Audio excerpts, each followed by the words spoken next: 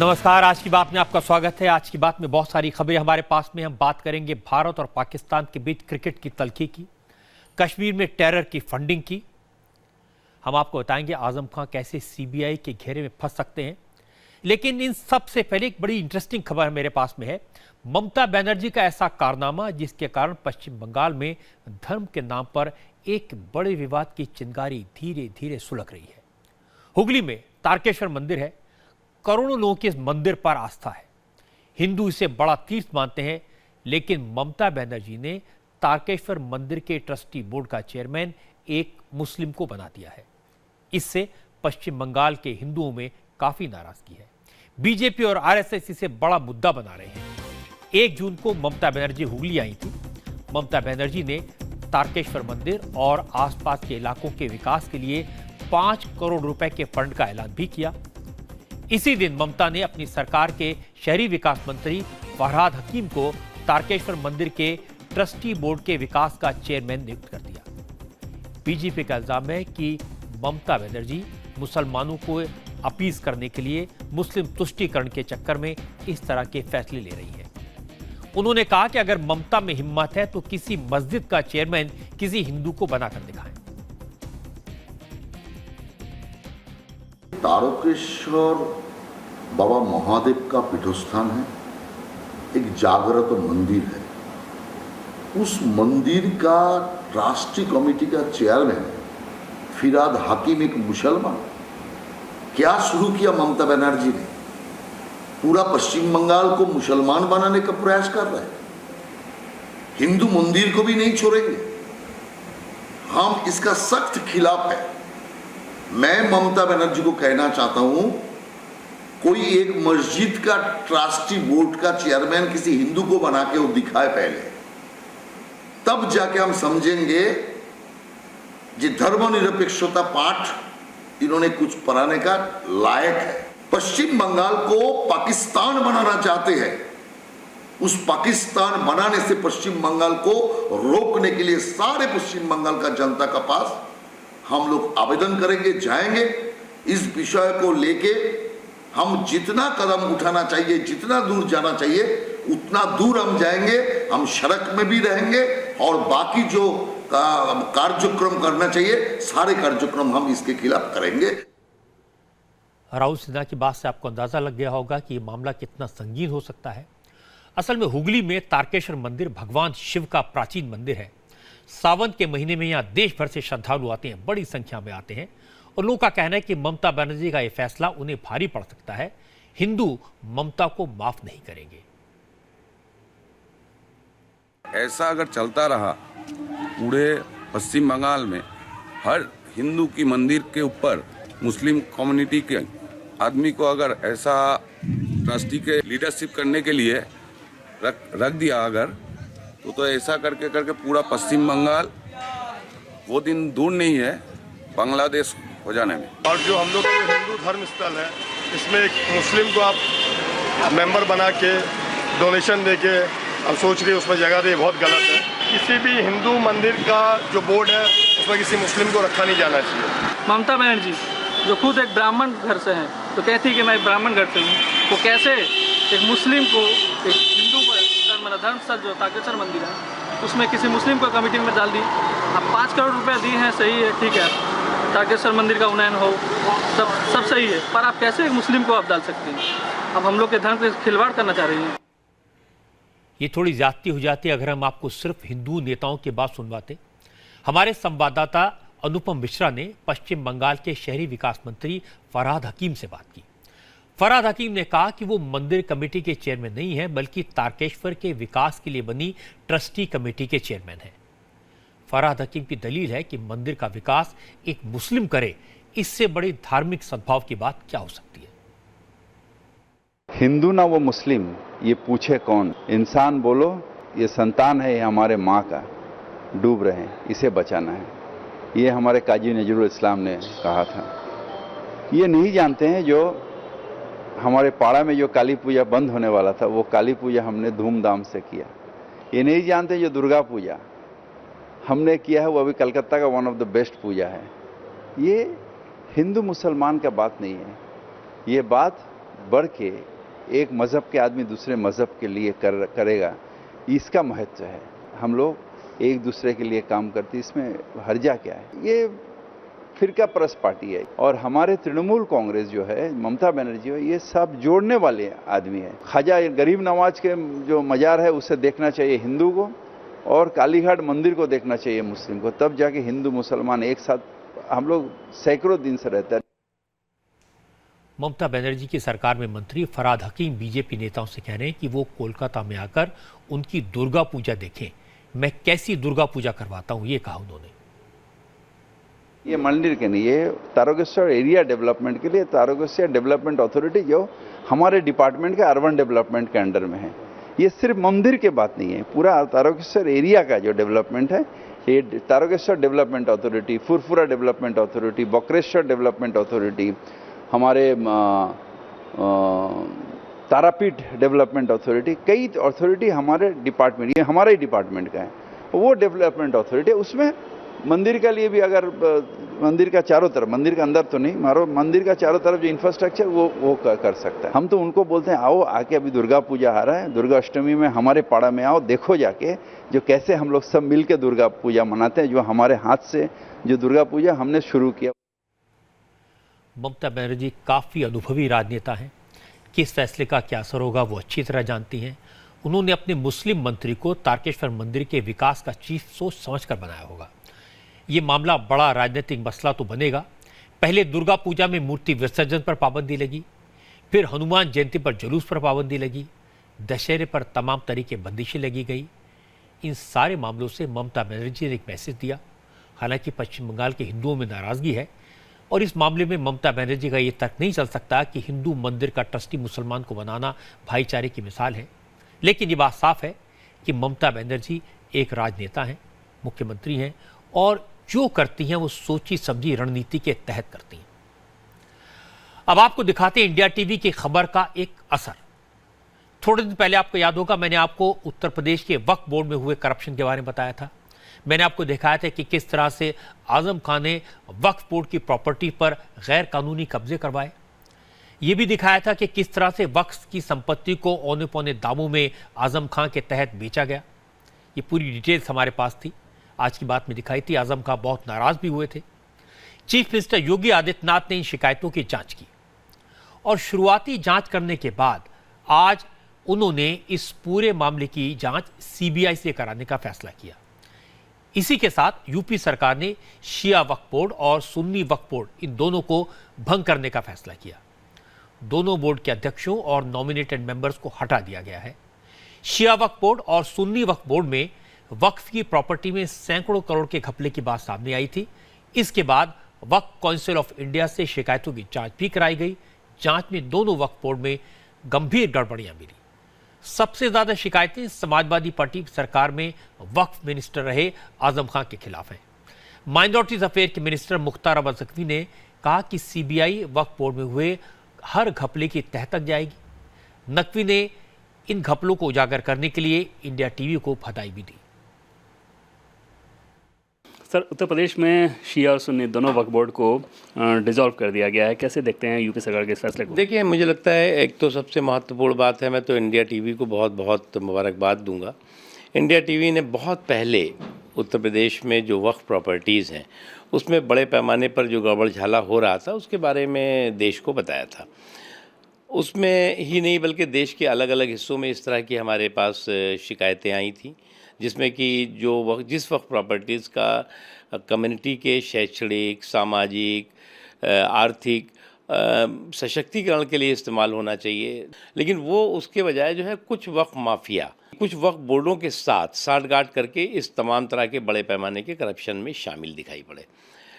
इस संबंध में राज्य सरकारों से कहा गया था कि राज्य सरकारें इसकी जांच, विस्तृत जांच करें, और विस्तृत जांच करने के बाद जो हमारे पास जानकारी है उसकी भी उनको हमने शेयर किया था, और उसके आधार पर जो है वो जो भी एक्ट के तहत और कानून के तहत और कार्रवाई है वो करें। यूपी की बात करें तो वक्फ बोर्ड में जो करप्शन हुआ है उसकी सीबीआई जांच की भी सिफारिश की है राज्य सरकार ने। आपको लगता है कि हाँ, जिन लोगों ने भी गलती की है अब वो बचेंगे नहीं?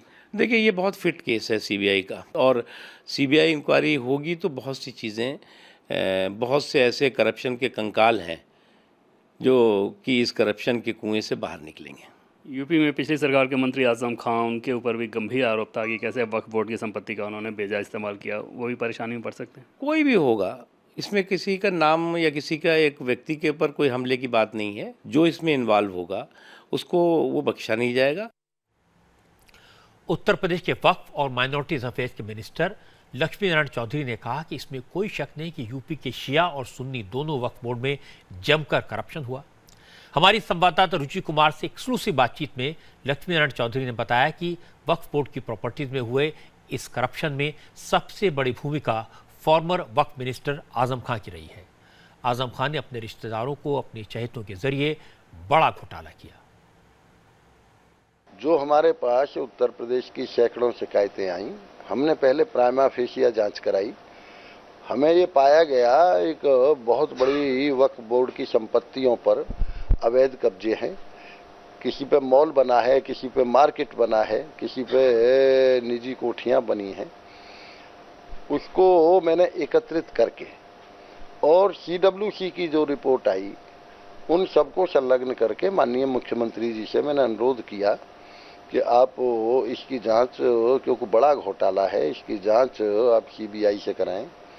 माननीय मुख्यमंत्री जी ने उसको स्वीकृति प्रदान करते हुए केंद्र सरकार से अनुरोध कर दिया है कि इसकी जांच CBI से कराई जाए। जैसे जो घोटाले के आरोप लगे, उसमें घोटाले में क्या पता चला है, कौन कौन लोग शामिल अभी तक आपको पता चला? देखिए, मुख्य रूप से हमने जो देखा है, हमारे शिया सुन्नी वक्फ बोर्ड दोनों के अध्यक्ष भी है और जो अल्पसंख्यक कल्याण के पूर्व तत्कालिक मंत्री थे वो भी उसमें संलिप्त है, कुछ मेंबर भी संलिप्त है। जो पूर्व मंत्री थे आजम खान, उनका भी बड़ा रोल मिल रहा है इस भ्रष्टाचार में। हाँ बिल्कुल, इसमें तो कोई संदेह नहीं है। जांच में ये पाया गया है कि उन्हीं के संरक्षण में ये पूरा भ्रष्टाचार पनपा है। उनके चहेते लोगों ने भी किया है और उनकी जो यूनिवर्सिटी है उसकी भी जांच हो रही है। ये सरकारी पक्ष की बात है। CBI की जांच के आदेश दिए हैं चीफ मिनिस्टर ने, लेकिन हमारी कोशिश रहती है कि आपको दोनों पक्ष दिखाएं। आजम खान पर उंगली उठी तो अखिलेश यादव ने जवाब दिया। Akhilesh Yadav former chief minister, उन्होंने कहा कि उनकी सरकार वक्त जो फैसले किए गए थे उसके लिए आजम खान पर उंगली उठाने की कोशिश न करें। मैं मुख्यमंत्री था, जो सवाल उठाने हैं मुझ पर उठाएं। मैंने पहले भी कहा कि कोई भी फैसला लिया गया होगा, कैबिनेट में फैसला लिया गया होगा, और अगर कैबिनेट में फैसला लिया गया है तो आदरणीय आजम खान साहब पे उंगली ना उठाएं। अगर उंगली उठानी है तो हम पे उठाएं, क्योंकि सरकार के मुख्यमंत्री हम थे और कैबिनेट की अध्यक्षता मैं करता था। ये अच्छी बात है कि अखिलेश यादव फ्रंट पर आकर अपने साथियों का बचाव करते हैं, लेकिन उनको ये कौन बताए कि वक्फ बोर्ड की संपत्तियों को बेचने, उन पर गैर कानूनी कब्जे करने के फैसले कैबिनेट ने नहीं किए थे। आजम खान हकीकत जानते हैं, इसलिए उन्होंने पूर्व मंत्री की तरह नहीं, एक वकील की तरह सोची समझी दलील दी। आजम खान ने कहा कि न तो उन्होंने कोई प्रॉपर्टी खरीदी, न बेची, न उनके नाम पर कोई प्रॉपर्टी है, फिर उनका इस मामले से क्या लेना देना। मेरे खिलाफ तो जो चाहे करें।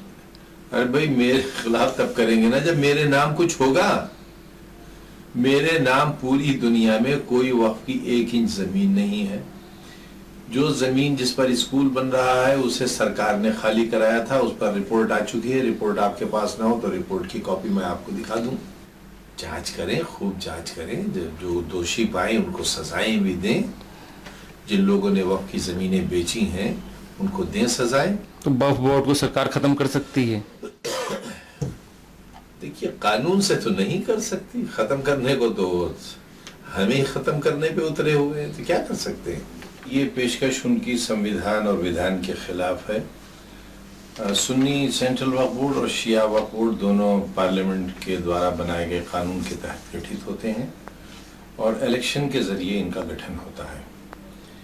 इलेक्शन के जरिए ही उसे हटाया जा सकता है। इसका कोई भी प्राविधान कानून में इसको भंग करने का नहीं है। आपने दोनों पक्षों की बात सुनी।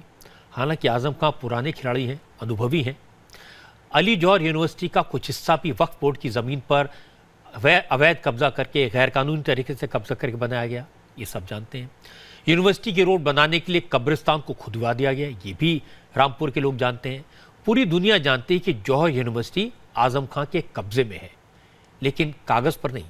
आजम खां कहेंगे यूनिवर्सिटी तो ट्रस्ट की है और यह बात कागज के हिसाब से सही हो सकती है, लेकिन जांच होने दीजिए, सब पता चल जाएगा। फिर जब ट्रस्ट के खिलाफ एक्शन होगा और वाकई में आजम खां का इस ट्रस्ट से कुछ लेना देना नहीं है, तो उन्हें इस बात की शिकायत नहीं होनी चाहिए कि ट्रस्ट की जांच सीबीआई ने क्यों की।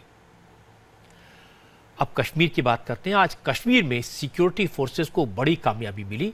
साउथ कश्मीर के अनंतनाग में एनकाउंटर के दौरान लश्कर का टॉप कमांडर जुनैद भट्ट मारा गया। जुनैद भट्ट अनंतनाग के अरवनी गांव में अपने एक साथी के साथ छुपा हुआ था। सीआरपीएफ, जम्मू कश्मीर पुलिस और आर्मी ने ज्वाइंट ऑपरेशन किया। जुनैद को पहले सरेंडर करने के लिए कहा, लेकिन जुनैद अपने साथियों के साथ डटा रहा। उसने फायरिंग शुरू की। अटेंशन डाइवर्ट करने के लिए सिक्योरिटी फोर्सेस पर पत्थर फेंके गए, लेकिन इस बार जुनैद भाग नहीं पाया। आतंकी बुरहान वानी और सफदार भट्ट की मौत के बाद काफी एक्टिव था। इस पर 10 लाख रुपए का नाम रखा गया था। आज पुलिस ने कहा कि आतंकवादियों को खत्म करने के लिए सर्जिकल ऑपरेशन लगातार किए जाते रहेंगे। नई बात नहीं, साउथ कश्मीर में जैसा मैंने पहले भी बताया था आपको, प्रेजेंस ऑफ मिलिटेंट्स और स्पेशली द लोकल मिलिटेंट्स ज्यादा है as compared to north Kashmir. तो लोकल मिलिटेंट्स की जहां प्रेजेंस ज्यादा होगी, दैट मीन्स जो उनके साथ जो बाहर के मिलिटेंट भी हैं, उनको गाइड करने वाले, उनको शेल्टर देने वाले, उनको रास्ता दिखाने वाले बहुत लोग हैं। तो इसलिए वहां पे इनकी कार्रवाइयां थोड़ी राइज पे हैं, लेकिन आई एम श्योर कि जब अच्छे ऑपरेशन होंगे, सर्जिकल ऑपरेशन होंगे, the activities of militants will come to stand still. दिन में सिक्योरिटी फोर्सेस ने आतंकवादियों को मार गिराया। इससे परेशान आतंकवादियों ने शाम को पलटवार किया। लश्कर के आतंकवादियों ने एक बड़े हमले को अंजाम दिया। अनंतनाग में पुलिस की एक पेट्रोल पार्टी को टारगेट किया गया, उस पर अंधाधुंध फायरिंग हुई। इस हमले में जम्मू कश्मीर पुलिस को हैवी कैजुअल्टीज हुई। एक एसएचओ समेत 6 पुलिस वाले शहीद हो गए। आतंकवादियों ने पुलिस वालों के शवों के साथ भी बर्बरता की, उनके चेहरे को डिसफिगर कर दिया और पुलिस वालों के हथियार लेकर भाग गए। मैं आपको बता दूं कि अनंतनाग के जिन इलाकों में आतंकवादियों ने पुलिस की जीप को टारगेट करके फायरिंग की थी, इस जीप में पुलवामा के रहने वाले सब इंस्पेक्टर फिरोज भी मौजूद थे। फिरोज रूटीन राउंड पर थे। फिरोज के अलावा जीप का ड्राइवर और 4 पुलिस वाले भी इस हमले में शहीद हुए। अब मैं आपको कश्मीर से आई वो तस्वीर दिखाना चाहता हूं जिससे आपको अंदाजा लगेगा कि जम्मू कश्मीर पुलिस के बारे में, वहां की सिक्योरिटी फोर्सेस के बारे में आम लोगों का परसेप्शन क्या है। कल रात श्रीनगर के हैदरपुरा और कुलगांव में 2 अलग अलग आतंकी हमले हुए। इन आतंकी हमलों में 2 पुलिस वाले शहीद हुए।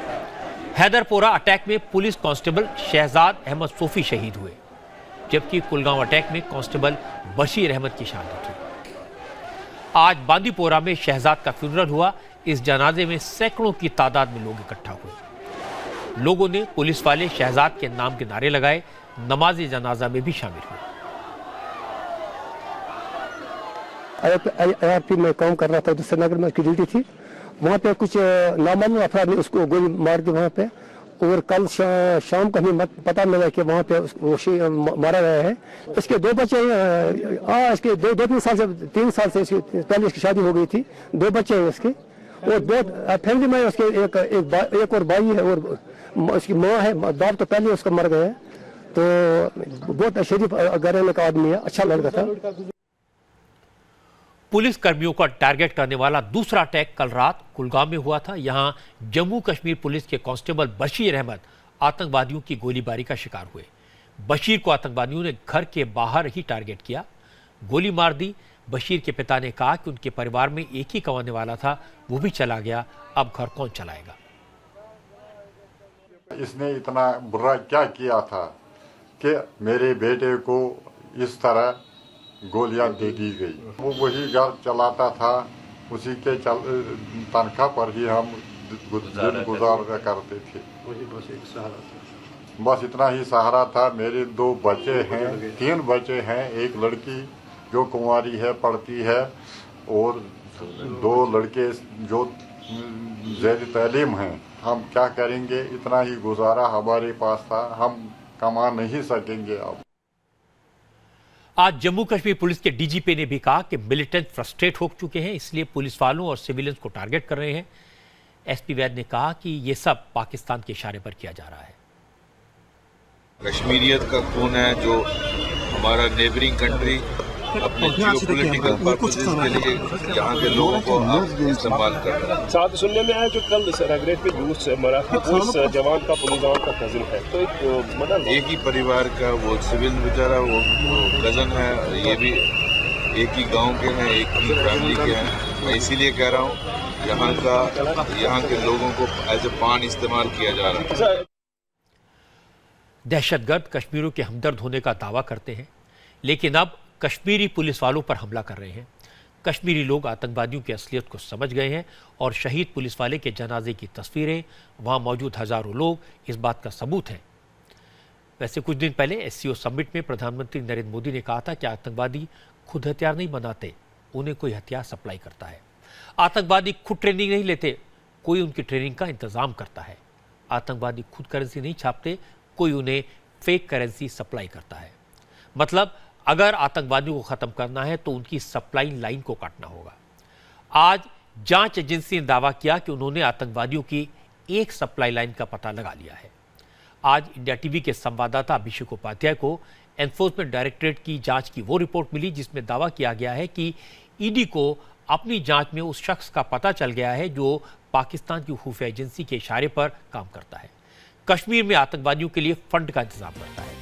कश्मीर में टेरर फंडिंग की जांच रिपोर्ट में हुर्रियत के बड़े नेता और कश्मीर के बिलियनियर बिजनेसमैन जहूर अहमद शाह बटाली का जिक्र है। बटाली बड़े बिजनेसमैन हैं, कश्मीर में उनका बड़ा नाम है, लेकिन ईडी की रिपोर्ट कहती है कि जहूर अहमद शाह बटाली आतंकवादियों की मदद के लिए हवाला के जरिए पैसा रिसीव करते रहे। जहूर अहमद शाह बटाली ने इस पैसे का इस्तेमाल ईडी के मुताबिक आतंकवादियों को फंड करने के अलावा अपनी प्रॉपर्टी बनाने में भी किया।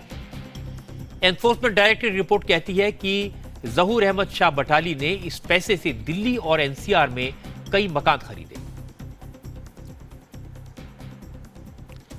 ईडी को तफ्तीश में जहूर अहमद की दिल्ली में एनसीआर में कम से कम 5 प्रॉपर्टीज के बारे में पता चला है, जिसके बारे में जांच एजेंसी को शक है ये प्रॉपर्टी टेरर फंडिंग के जरिए खरीदी गई। दिल्ली के पौष इलाके ग्रेटर कैलाश, चित्तरंजन पार्क, कालकाजी में जहूर अहमद शाह बटाली के कई घर हैं। ग्रेटर कैलाश वाली प्रॉपर्टी का पूरा पता है flat number 20 NRI complex, greater Kailash 4, N24 first floor Chittaranjan park में भी जहूर का मकान है। तीसरी प्रॉपर्टी दिल्ली के कालकाजी इलाके में है, इसका एड्रेस G26B कालकाजी है।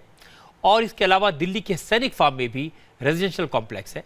गुड़गांव के DLF सिटी में भी जहूर अहमद शाह बटाली का एक फ्लैट है। इन एड्रेसेस की पड़ताल के लिए मैंने अभिषेक उपाध्याय को इन लोकेशन पर भेजा। अभिषेक जब जीके पहुंचे तो उन्हें पता चला कि जहूर अहमद शाह बटाली ने एनआरआई कॉम्प्लेक्स में भी एक फ्लैट खरीदा है। जब हुर्रियत के नेता दिल्ली आते हैं तो जहूर अहमद के इसी फ्लैट में ठहरते हैं। ये GK4 के एनआरआई कॉम्प्लेक्स का अपार्टमेंट नंबर 27 है। 27 नंबर यहाँ पर लिखा हुआ है और जहूर अहमद बटाली ने यहाँ भी प्रॉपर्टी परचेज की हुई है, फ्लैट लिया है 3रे माले पर। एजेंसियों को इस बात की जानकारी है कि हुर्रियत के जो नेता कश्मीर से आते हैं दिल्ली, वो यहीं पर ठहरते हैं। जहूर अहमद बटाली उनकी आवभगत करता है और चूँकि ये प्रॉपर्टी उसके नाम से है और एजेंसियों को इस बात का शक है कि जो पाकिस्तान से जो रकम आई है टेरर फंडिंग के ज़रिए, उसी से पूरी सारी प्रॉपर्टीज़ बनाई गई हैं, तो उस लिहाज से भी इसके इस्तेमाल के जो मकसद हैं वो संदेह के घेरे में आ जाते हैं और इसी की एजेंसियां जांच कर रही हैं। कई बार घंटी बजाने के बावजूद अपार्टमेंट नंबर 27 के इन फ्लैट से कोई भी रिस्पांस नहीं आ रहा है, कोई प्रतिक्रिया नहीं आ रही है। यहाँ कोई रहने वाला नज़र नहीं आ रहा, ऐसा लगता है ये बंद है और फिलहाल यहाँ पर कोई है नहीं। जो हमारे पास जो इनपुट है एजेंसियों की ओर से, उसमें भी साफ तौर पर लिखा हुआ है कि जहूर बटाली हुर्रियत कॉन्फ्रेंस का मेंबर, और जब भी वो कभी दिल्ली में आता है तो यहाँ पर वो हुर्रियत कॉन्फ्रेंस के मिस्टर बिलाल के साथ में ठहरता है। ये जिक्र है यहाँ पर। मैं आपको बता दूं कि 2 हफ्ते पहले एनआईए की टीम श्रीनगर में जहूर अहमद वटाली के घर पहुंची थी। एजेंसीज को पता चला कि जहूर के अकाउंट में दुबई से कई सस्पिशियस ट्रांजैक्शंस की गई हैं और 1.5 साल के अंदर जहूर के अकाउंट में 37,40,507 US डॉलर्स यानी आज के हिसाब से कोई 24 करोड़ रुपए से ज़्यादा ट्रांसफर किए गए। एजेंसीज को शक है कि ये टेरर फंडिंग का पैसा हो सकता है और इसी के जरिए जहूर ने कई प्रॉपर्टीज खरीदी। बाद में ये अकाउंट इनएक्टिव हो गया। ईडी की इस रिपोर्ट में कहा गया कि सरकार को 2005 में ही जहूर अहमद वटाली के टेरर फंडिंग के कनेक्शन के बारे में इनपुट मिल चुका था। इंटेलिजेंस ने जहूर वटाली को लेकर एक नोट सरकार को भेजा था, उस वक्त की सरकार थी, लेकिन इसके बावजूद करीब 10 साल तक कोई एक्शन नहीं लिया गया। दिल्ली के इन पॉश इलाकों में जहूर अहमद वटाली की प्रॉपर्टीज़ की तफ्तीश करते हुए एक बहुत ही अहम तथ्य हमारे हाथ लगा है और वो ये कि साल 2005 में सरकार को इस बात की जानकारी हो गई थी कि वटाली ISI के लिए काम करता है। हमारे पास जो दस्तावेज़ हैं खुफिया एजेंसियों के, उसमें ये साफ तौर पर लिखा हुआ है कि 6 सितंबर 2005 को इंटेलिजेंस एजेंसी ने एक नोट भेजा था और उसमें ये लिखा हुआ था कि वटाली जो अलगाववादी तत्व हैं उनको फंडिंग करता है और यहाँ साफ तौर पे लिखा हुआ है कि पाकिस्तान की ISI के ऑपरेटिव के तौर पर काम करता है। ये उस दौर समय लिखा हुआ है साल 2005 में। लेकिन हैरानी की बात यह है कि ना तो UPA 1 तब UPA 1 की सरकार थी और उसके बाद ना ही UPA 2 में इस पर कोई कार्रवाई की गई। ये सारा का सारा इनपुट ठंडे बस्ते में डाल करके रखा गया। अभी हाल ही में जब रेड हुई है NIA की तब जाकर के आगे का सिलसिला जुड़ा है। तो यहाँ पर ये सवाल उठता है कि आखिरकार वटाली पर तत्कालीन सरकार ने ये मेहरबानी क्यों की।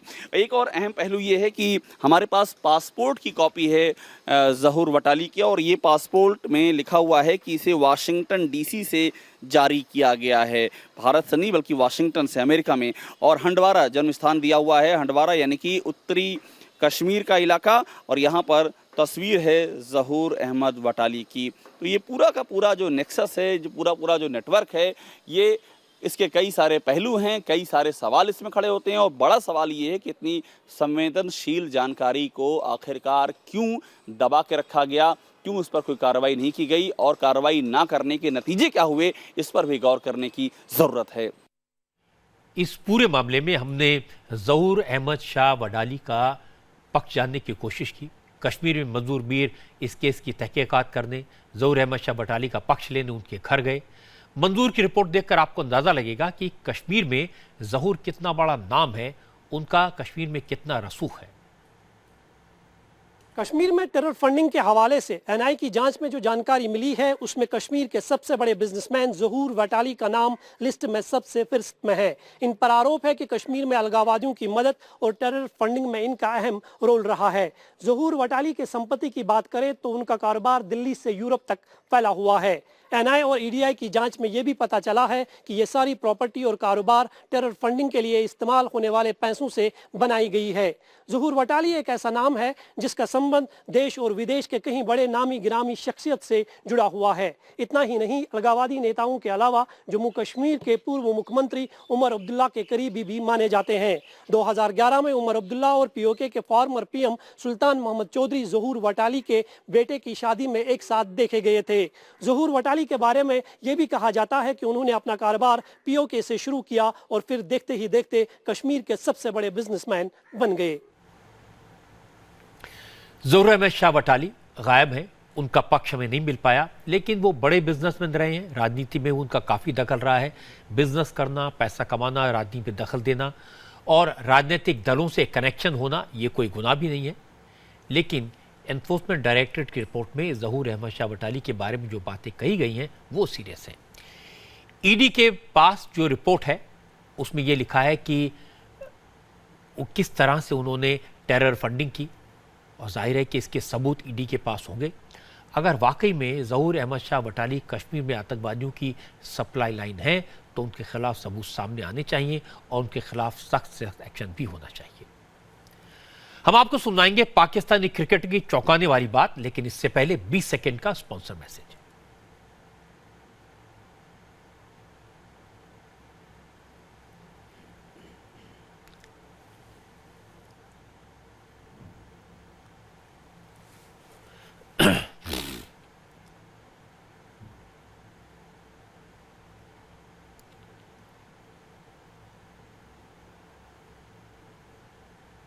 इस बार संडे को भारत और पाकिस्तान के बीच चैंपियंस ट्रॉफी का फाइनल होगा।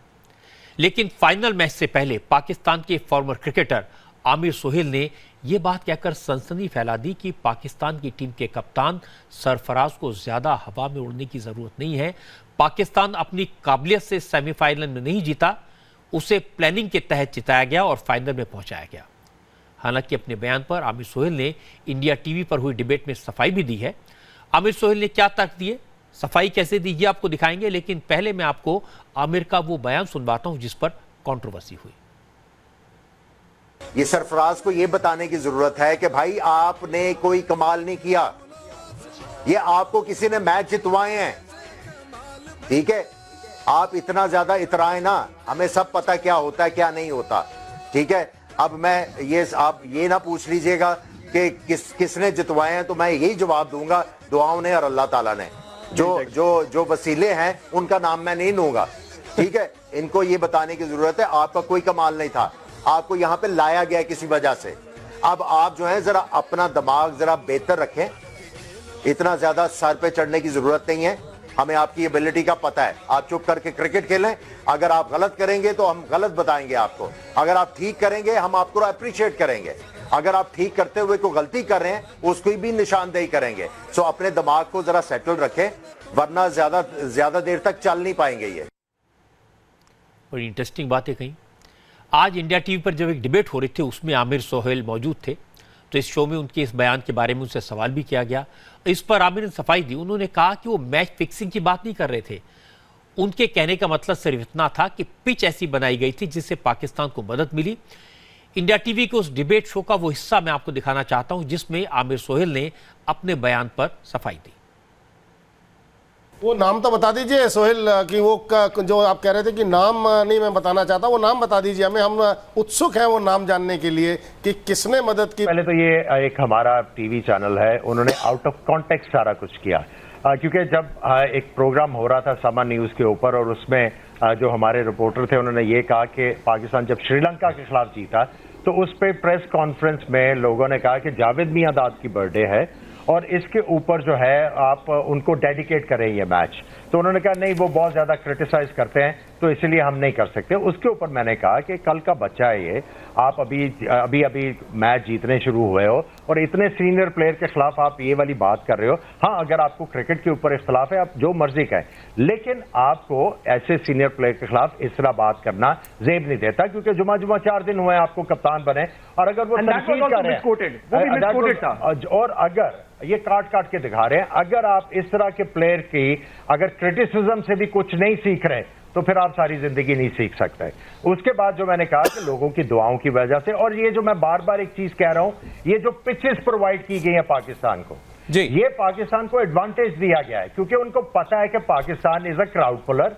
पाकिस्तान जो है वो टेबल के ऊपर स्पेक्टेटर्स के लिए बहुत लेके आता है। तो सोहेल साहब आप ये मान रहे हैं ना कि पाकिस्तान जीते इसीलिए किसी तीसरे फैक्टर ने मदद की। Sir with all due respect sir, आपकी जो स्टेटमेंट है आपने उसमें साफ साफ कहा है कि आपको यहां लाया गया है किसी वजह से, पाकिस्तान को किसी वजह से यहां लाया गया है, हमें आपकी एबिलिटी का पता है। आप ये कह रहे हैं कि पाकिस्तान को कोई मदद कर रहा है कि तुम आगे बढ़ो। आपको कितना जब मिलता है सौरभ जी? मदद यही है ना, मदद यही है कि आपको पिचेस वो वाली प्रोवाइड की जो आपकी गेम को सूट करती हैं, पीरियड। अगर आपको ये वाली पिचेस ना मिलती जहां पे पाकिस्तान के, जो मैं पहले आपके प्रोग्राम में कहा, पाकिस्तान अगर 250 पे दूसरी टीम को आउट करता है तो उनका चांस है जीतने का। अगर इनको ट्रू विकेट मिलती है तो मुश्किल हो जाएगा। इनको वो वाली विकेट्स मिली जो प्रोवाइड की गई, वो एडवांटेज दिया पाकिस्तान को, जिसके ऊपर हमने तारीफ की लड़कों की कि इन्होंने उसको कैश इन करके फाइनल में क्वालीफाई किया। और हमेशा हमारे, देखें हम पाकिस्तान में मुस्लिम, हम हमेशा, मैं आपको इतना बता दूं कि हम जो वर्ल्ड कप जीते थे 92 का, हमारी क्या टीम थी। बाद में हम यही कहते हैं कि हमें तो एक ब्लेस, यानी अल्लाह की तरफ से लोगों की दुआओं, और मैं पहले भी जब ये शुरू हो रहा था तो उसमें मैंने यही कहता, रमजान का महीना है और रमजान के महीने में हमने 92 का वर्ल्ड कप जीता था और मुझे पता है कि हम जब खेल रहे थे हमें लग रहा था कि हर चीज जो है बड़ी ब्लेसिंग, लोग हमारे लिए दुआ है, and we believe on that. Javed Miandad भी कमाल की बात करते हैं, लेकिन वो शो को इंटरेस्टिंग जरूर बना देते हैं। वैसे कुछ लोग हर चीज में शक करते हैं। अब यह कहना कि बीसीसीआई और आईसीसी ने इंग्लैंड की टीम के साथ मिलकर पिच बनाकर पाकिस्तान को जिताया, निहायत बेवकूफ़ी की बात है। इस बात पर कौन यकीन करेगा कि इंग्लैंड की टीम जो चैंपियनशिप के दावेदार थी, अपने मुल्क में अपने दर्शकों के सामने मैच फिक्स करके पिच बना करके पाकिस्तान से हारने के लिए तैयार हो जाएगी। इसलिए ऐसी बातों पर ज़्यादा ध्यान नहीं देना चाहिए। सबको संडे के मैच का, उसके एक्साइटमेंट का इंतजार करना चाहिए जब भारत और पाकिस्तान का मुकाबला होगा। भारत की टीम मजबूत है, ज़बरदस्त बैटिंग, बॉलिंग, फील्डिंग में, और ये हमने देखा बांग्लादेश के साथ जो मैच हुआ उसमें नज़ारा देखा, और उम्मीद है कि पाकिस्तान को हराएगी टीम इंडिया एक बार फिर। अब आपको बताता हूँ कि अगर सरकार से सांठगांठ हो जाए तो अफसर कैसे रातों रात मालामाल हो जाता है। मामला पंजाब का है। विजिलेंस ब्यूरो ने एक इंजीनियर को अरेस्ट किया है। इंजीनियर साहब की तनख्वाह 50-60 हज़ार रुपये महीना है, लेकिन ये करीब 1200 करोड़ रुपए की संपत्ति का मालिक है। आम जिंदगी पर एक ईमानदारी से कोई 1 करोड़ की संपत्ति भी नहीं जुटा सकता, लेकिन ये इंजीनियर 15 साल में 1200 करोड़ रुपए की प्रॉपर्टी का मालिक हो गया। इंजीनियर का नाम है सुरिंदर पाल सिंह। सुरिंदर पंजाब के greater Mohali area development authority में चीफ इंजीनियर था। अकाली दल की सरकार इस इंजीनियर पर मेहरबान थी। उसे एक साथ कई महकमों की जिम्मेदारी दी गई थी। पोस्टें मलाईदार थी, इसलिए सुरेंद्र ने पूरा फायदा उठाया। लेकिन सरकार बदलने के बाद सुरेंद्र सिंह के दिन भी बदल गए। जांच हुई और अब पुलिस के शिकंजे में है। विजिलेंस ब्यूरो सुरेंद्र सिंह की प्रॉपर्टीज की जांच कर रही है। सुरेंद्र सिंह को प्रॉपर्टी की जो लिस्ट है वो अगर आप देखेंगे तो आप सोच में पड़ जाएंगे। मैं सोचकर हैरान था कि एक सरकारी अफसर अरबों रुपए की प्रॉपर्टी कैसे बना सकता है, लेकिन विजिलेंस ब्यूरो ने शुरुआती जांच में ही सुरेंद्र सिंह की 92 प्रॉपर्टीज का पता लगा है। बड़े बड़े शहरों में इंजीनियर के घर हैं, कोठियां हैं, बहुत से गांवों में खेती की जमीनें हैं, दुकानें हैं, कमर्शियल प्रॉपर्टी है। सुरेंद्र सिंह का एक बंगला चंडीगढ़ की पॉश सोसाइटी सेक्टर 27 में भी है। इंडिया टीवी के संवाददाता गौरव इस बंगले पर गए। गौरव ने बताया कि इस घर की कीमत करीब 30 करोड़ रुपए है। पंजाब के मंडी बोर्ड का सुपरिटेंडेंट इंजीनियर जो कि अरबोपति है, जी हाँ, ये उसी सुपरिटेंडेंट इंजीनियर सुरेंद्र सिंह का घर है जहां हम खड़े हैं। ये चंडीगढ़ का 27 सेक्टर का घर है, 36 नंबर। ये 36 नंबर का बंगलो है और 2 कनाल में ये बंगलो बनाया गया है और इसकी कीमत भी करोड़ों रुपए में है। 30 करोड़ से ज्यादा का ये जो बंगला है सुपरिटेंडेंट इंजीनियर ने बनाया। आपको बता दें कि ये इसका पूरा कच्चा चिट्ठा हमारे हाथ में है। तकरीबन पूरे पंजाब में इसने 92 प्रॉपर्टियां जो हैं अपने नाम पे बनाई और 92 प्रॉपर्टियों के साथ उसने 5 कंपनियां बनाई जो अपने परिवार के मेंबर्स हैं, उनको उसमें डायरेक्टर डाला और 57 करोड़ रुपए जो है अब तक इसने उसमें डाले हैं। अगर आप देखें ध्यान से तो आपको हम दिखाएंगे कि ये उसकी प्रॉपर्टियों का ब्यौरा है पूरा, किस तरह से लुधियाना के अलग अलग क्षेत्रों में उससे कितनी कितनी जो प्रॉपर्टी है वो सारी डिटेल जो है पंजाब की विजिलेंस ब्यूरो ने जो है निकाली है। 92 प्रॉपर्टियां और जिनकी तकरीबन अगर वैल्यू हम निकाल के देखें तो 1200 करोड़ रुपए की वैल्यू जो इसकी बनती है उसका ये मालिक है। कुछ हजार रुपए वेतन लेने वाला सुपरिटेंडेंट इंजीनियर सुरेंद्र सिंह जो पिछले कुछ सालों में ही अरबोपति बन गया, और ये कैसे बन गया, धन कुबेर सुरेंद्र सिंह किस तरह बना, इसके पीछे बड़ी दास्तां है। क्योंकि पिछली अकाली सरकार में सुरेंद्र सिंह की पूरी तूती बोलती थी सरकार में और कई विभाग जो हैं इसको दिए गए थे। अकाली सरकार इसके ऊपर पूरी तरह से मेहरबान थी। विजिलेंस ब्यूरो का कहना है कि सिर्फ लुधियाना में सुरेंद्र की 43 जगहों पर प्रॉपर्टी है, जिनमें मकान भी है, दुकान भी है, प्लॉट है, खेत है, सब कुछ है। लुधियाना में इंडिया टीवी के संवाददाता तुषार ऐसी 3 लोकेशंस पर गए। सुरेंद्र का एक आलीशान बंगला लुधियाना के डिफेंस कॉलोनी में है। मकान का नंबर है 39। ये सुरेंद्र पाल सिंह की मां स्वर्णजीत कौर के नाम पर है। लुधियाना में एक और प्रॉपर्टी राजगुरु नगर में है। इसका एड्रेस है SCF 18। ये सुरेंद्र की वाइफ मनदीप कौर के नाम पर है। तीसरी जगह एक खाली प्लॉट है जिसका पता SCF 24 है। ये सुरेंद्र पाल के पार्टनर मोहिंदर सिंह के नाम पर है। सुरेंद्र पाल सिंह 1993 में पंजाब मंडी बोर्ड में स्पोर्ट्स कोटे में भर्ती हुए थे। पहली पोस्टिंग जूनियर इंजीनियर के तौर पर हुई। प्रकाश सिंह बादल की सरकार का सुरेंद्र पाल सिंह पर हाथ रहा। इसका फायदा सुरेंद्र पाल को तेजी से मिला। उनके प्रमोशन हुए, चीफ इंजीनियर बन गए। 2012 में सुरेंद्र पाल को कई विभागों के एडिशनल चार्ज भी दे दिए गए। 2014 से 2016 के बीच ऐसा वक्त था जब इनके पास 22 विभागों के चार्ज थे। विजिलेंस ब्यूरो का दावा है कि 2012 के बाद ही इसने खूब कमाई की।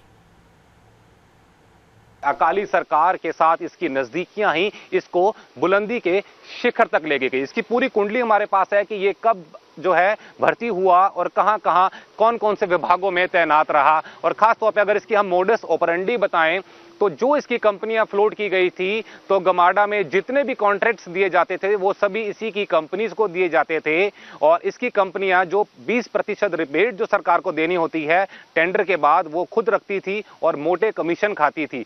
जितनी कंपनीज थी सिर्फ उन्हीं को टेंडर जाता था, बाकी कंपनीज को इतना डराया गया कि उन्होंने बिड करनी तक ही बंद कर दी गई थी। तो इस तरह के खौफ के साए में पंजाब में टेंडरिंग प्रोसेस होता था और ये सारा पैसा जो है सुरेंद्र पाल सिंह उर्फ पहलवान के पास जाता था। गौरव ने पंजाब के कैबिनेट मिनिस्टर ब्रह्म महिंद्रा से बात की। महिंद्रा ने कहा कि उनकी सरकार सुरेंद्र के घोटाले की जांच तो कर ही रही है, इसकी भी जांच करेगी कि उसे इतनी तेजी से प्रमोशंस कैसे मिले।